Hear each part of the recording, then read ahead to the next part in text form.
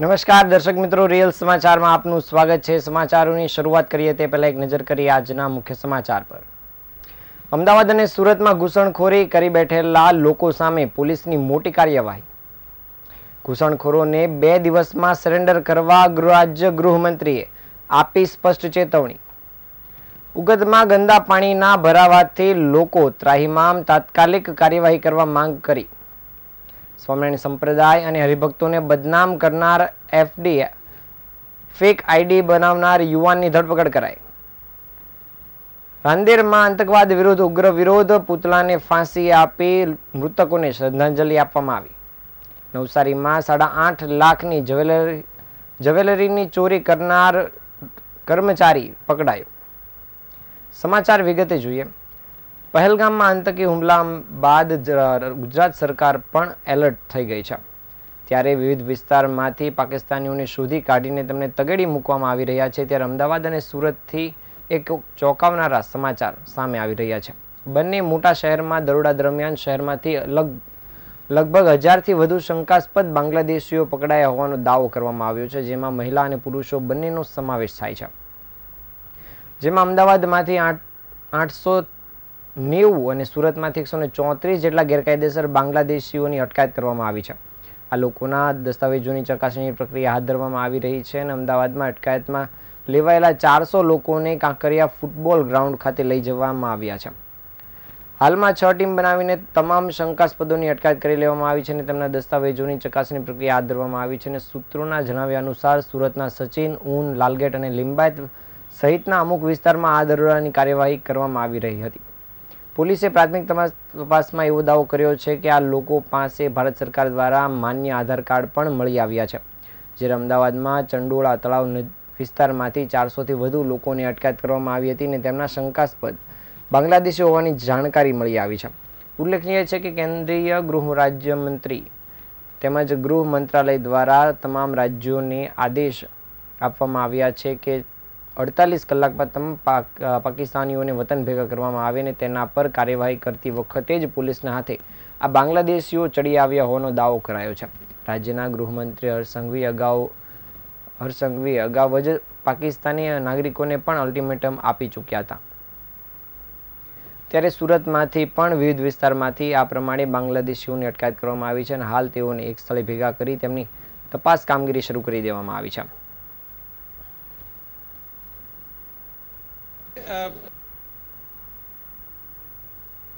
आज early morning और कल लेट नाइट से सूरत पुलिस की अलग अलग टीमें जिसमें crime branch, special operation group ने खास मिलकर इलीगल बांग्लादेशी नेशनल्स को आइडेंटिफाई किया है और उनको डिटेन किया गया है पूछताछ के लिए। पूछताछ करके उनकी आइडेंटिटी कंफर्म की जाएगी और जितने भी इलीगल बांग्लादेशी नेशनल हैं उनको जल्द से जल्द बांग्लादेश के लिए डिपोर्ट किया जाएगा। सर कितने लोग सर्च ऑपरेशन में जुड़े थे और किस तरह से किन किन इलाकों से इनको हिरासत में लिया है?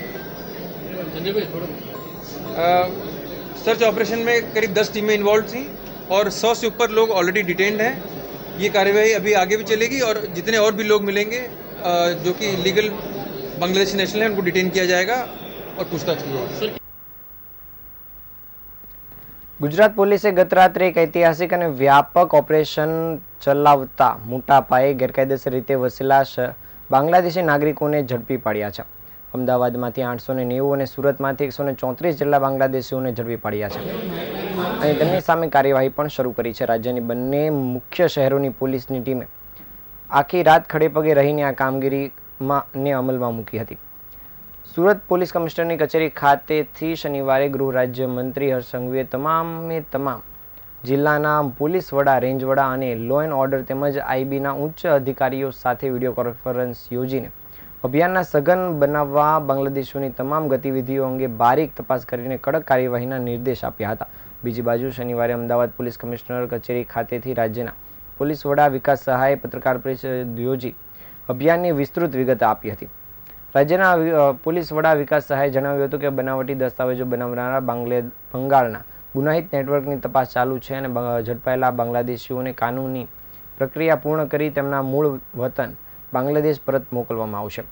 આ સિવાય હરસંઘવીએ ગેરકાયદેસર વસવાટ કરનારા બાંગ્લાદેશીઓને 2 દિવસમાં સ્વૈચ્છિક રીતે પોલીસ સ્ટેશનમાં સરેન્ડર કરવા માટે ચેતવણી આપી છે, નહીં તો તેમની સામે કડક કાર્યવાહી કરવા માટેની પણ અલ્ટિમેટમ આપી દેવામાં આવ્યું છે. આ સિવાય ગેરકાયદેસર ઘૂસણખોરોને આશરો આપનારો સામે પણ કાર્યવાહી કરવાના નિર્દેશ આપી દેવામાં આવ્યા છે.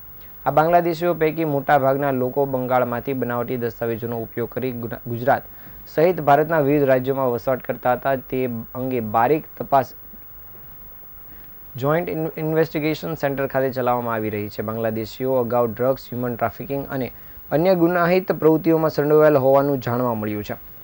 4 ઝડપાયેલા બાંગ્લાદેશીઓમાંથી 2 અલ કાયદાના સ્લીપર સેલ તરીકે કામ કરતા હોવાની પણ શંકા જોવા મળી છે અને તેમની સામે સઘન તપાસ કામગીરી ચાલુ છે. जो पाकिस्तानी गुजरात आए हैं, प्रधानमंत्री जी की बैठक के बाद जो भारत सरकार ने कठोर कदम जो उठाए हैं, ये सभी राज्यों की जिम्मेदारी है कि देश हित में ये बड़ा फैसला जो लिया गया है उसे हर एक राज्य में पालन करना होता है और यही जिम्मेदारी के भाग रूप में गुजरात सरकार जो समय सीमा भारत सरकार ने दी है वो इस समय सीमा के अंदर अंदर ये पूरा काम गुजरात में पूर्ण करेगा. खास तौर पे अहमदाबाद में 890 लोग और सूरत पुलिस ने 134 जितने घुसपैठियों को पकड़ा है. इन लोगों को बांग्लादेश भेजने की क्या प्रक्रिया शुरू की जाएगी? ये ऑफिशियल जो प्रक्रिया है वो डिपोटेशन की प्रक्रिया ऑलरेडी चालू कर ली गई है और उसको जल्द से खत्म करके ये सबको बांग्लादेश तक पहुंचाया जाएगा. कांग्रेस वीजा में कई सिंधी समाज के लोग हैं जो कई वर्षों से यहाँ रह रहे हैं, लॉन्ग टर्म वीजा पाने. देखिए, ये पहले से भारत सरकार ने बहुत ही क्लैरिफिकेशन के साथ नोटिफिकेशन किया है. जो पाकिस्तान के पीड़ित है वो सभी पाकिस्तान के अंदर जो लघुमती कौम मतलब हिंदू और सब लोग जो भारत के अंदर अभी प्रत्यार्पण खास तौर पे भारत में जो लोग आए हैं वो सभी लोगों को सुरक्षित रखना ये हमारी जिम्मेदारी है और वो सभी लोगों को किसी भी प्रकार की परेशानी ना हो उसकी खास सूचना सभी डिस्ट्रिक्ट्स को दी गई है. आभार. सर, जो बांग्लादेश સુરતના ઉગત વિસ્તારની જાણીતી પંચવટી સોસાયટીના રહીશો આજકાલ એક ગંભીર સમસ્યાનો સામનો કરી રહ્યા છે. સોસાયટીની આજુબાજુમાં આવેલ ચક્રધર સોસાયટીના ખુલ્લા પ્લોટમાં છેલ્લા ઘણા દિવસોથી ગટરના ગંદા પાણી ભરાઈ રહ્યા છે. આ પાણીના કારણે આખા વિસ્તારમાં તીવ્ર દુર્ગંધ ફેલાઈ રહી છે. તેના કારણે રહીશોને શ્વાસ લેવામાં પણ મુશ્કેલી થઈ રહી છે. સ્થાનિક રહીશોએ જણાવ્યું હતું કે તેમણે આ સમસ્યાને લઈને અગાઉ પણ શહેર મહાનગરપાલિકામાં અનેક વાર ફરિયાદ કરી હતી, પરંતુ અત્યાર સુધી કોઈ પણ પ્રકારની કાર્યવાહી કરવામાં આવી નથી. દુર્ગંધ એટલી તીવ્ર છે કે ઘરની બહાર પણ નીકળવું શક્ય બની રહ્યું નથી. એક રહેવાસી દ્વારા ગુસ્સા સાથે અને રોષ ઠાલવતા જણાવવામાં આવ્યું હતું કે અમે સંબંધિત વિભાગને અનેકવાર લેખિતમાં રજૂઆત કરી છે તેમજ ફોન દ્વારા પણ જણાવ્યું છે, પણ કોઈ જવાબદારી લેવા તૈયાર નથી.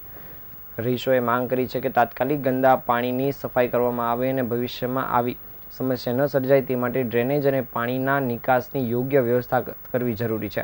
સ્થાનિક કોર્પોરેટરોને પણ આ બાબતે જાણ કરવામાં આવી છે, પરંતુ સ્થાનિકોનું કહેવું છે કે હજુ સુધી કોઈ મેદાનમાં અવલોકન કરવા પણ આવ્યું નથી.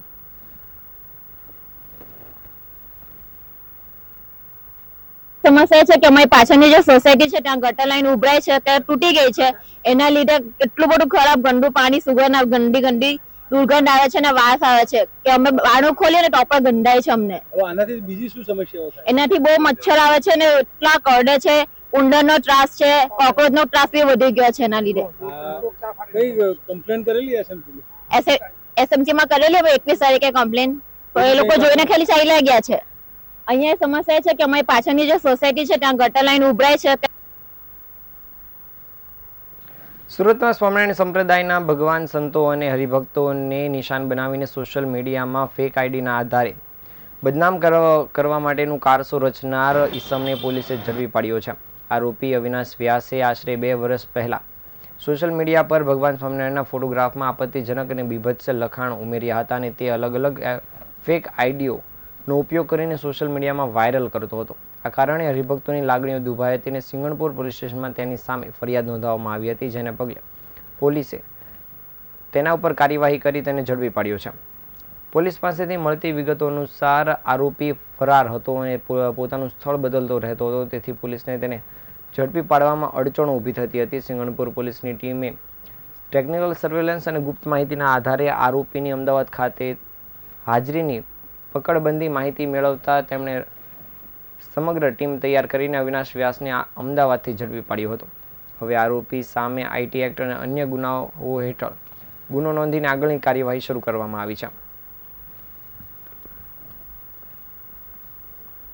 શહેરના રાંદેર વિસ્તારમાં આજે મુસ્લિમ સમાજ દ્વારા આતંકવાદ વિરુદ્ધ ઉગ્ર વિરોધ કરવામાં આવ્યો હતો.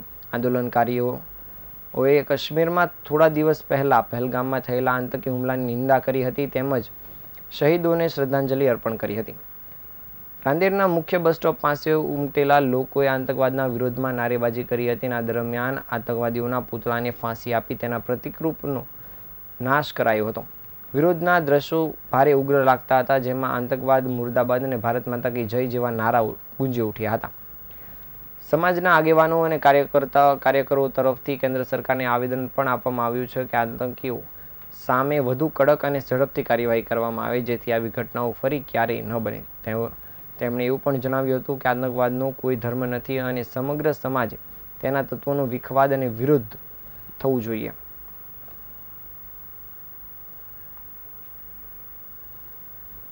નામ ઇમ્તિયાઝભાઈ બોમ્બેવાલા. કઈ જગ્યા ઉપર શું કાર્યક્રમ રાખવામાં આવ્યો? આ રાંદેર ગામતલ છે, ઐતિહાસિક રાંદેર બસ સ્ટેન્ડ સર્કલ છે. ત્યાં આ કાર્યક્રમ જે 2-3 દિવસ પહેલા જે કાશ્મીરમાં જે આપણા દેશના નાગરિકોને આતંકવાદીઓએ જે ખોટી રીતથી શહીદ કર્યા છે, નિર્દોષોને માર્યા છે, એના વિશે અમે બધા ભેગા થયા છે અને આતંકવાદીઓના પુતળાને અમે ફાંસી આપી છે અને શ્રદ્ધાંજલિનો એક પ્રોગ્રામ રાખ્યો છે અને અમે સરકારશ્રીને એવું જાણ કરીએ છીએ કે એ લોકોને કડકમાં કડક સજા થાય. અગર પાકિસ્તાનનો હાથ હોય તો પાકિસ્તાનને પણ નહીં છોડવું, બાંગ્લાદેશ હોય, ચાઇના હોય, કોઈ પણ દેશનો હોય એ લોકોને છોડવા જોઈએ નહીં. 140 કરોડ જનતા સરકાર સાથે છે, દેશ સાથે છે. અમે દેશ માટે કંઈ પણ અમારી જરૂરત પડશે તો અમે હાજર છીએ. મારું નામ ઇમ્તિયાઝભાઈ બોમ્બેવાલા. કઈ જગ્યા ઉપર? નવસારીના વિજય જ્વેલર્સમાં ઘરેણાંની થયેલી ચોરીનો ભેદ ઉકેલાયો છે. જ્વેલર્સના જ કર્મચારી દ્વારા 8.5 લાખના ઘરેણાંની ચોરી કરવામાં આવી હોવાનું ખુલ્યું છે. હાલ પોલીસે આરોપીની ધરપકડ કરીને આગળની કાર્યવાહી પણ શરૂ કરી છે. આણંદની જીઆર જ્વેલર્સે નવસારીની મધુરમ ઇમ્પેક્સને ₹12.5 લાખના દાગીનાનો ઓર્ડર આપ્યો હતો અને આ ઓર્ડરમાં 3 જોડી સોનાની બંગડીઓ સહિતના દાગીના હતા. દુકાનના માલિક વિજય શાહે આ દાગીના આંગળીયા મારફતે મોકલવાની જવાબદારી કર્મચારી મિતુલ પટેલને સોંપી હતી અને મિતુલે આંગળીયા પેઢી પહોંચતા પહેલા જ બોક્સમાંથી 2 જોડી બંગડીઓ કાઢી લીધી હતી. આ બંગડીઓની કિંમત 8.5 લાખ છે અને આણંદમાં બોક્સ પહોંચ્યા બાદ બંગડીઓ ગાયબ હોવાની જાણ થતાં જ વિજયભાઈએ નવસારી ટાઉન પોલીસમાં ફરિયાદ નોંધાવી હતી અને પીઆઈ એસ સરવૈયા અને તેમની ટીમે છેલ્લા 6 મહિનાથી દુકાનમાં કામ કરતા મિતુલની કડક પૂછપરછ કરી હતી. પૂછપરછમાં મિતુલે ચોરીની કબૂલાત કરી હતી અને નાયબ પોલીસ અધિક્ષક સંજય રાયના જણાવ્યા મુજબ આરોપીની ધરપકડ કરવામાં આવી છે અને હાલ પોલીસે તેની પાસેથી મુદ્દામાલ કબજે કરી આગળની કાર્યવાહી શરૂ કરી છે.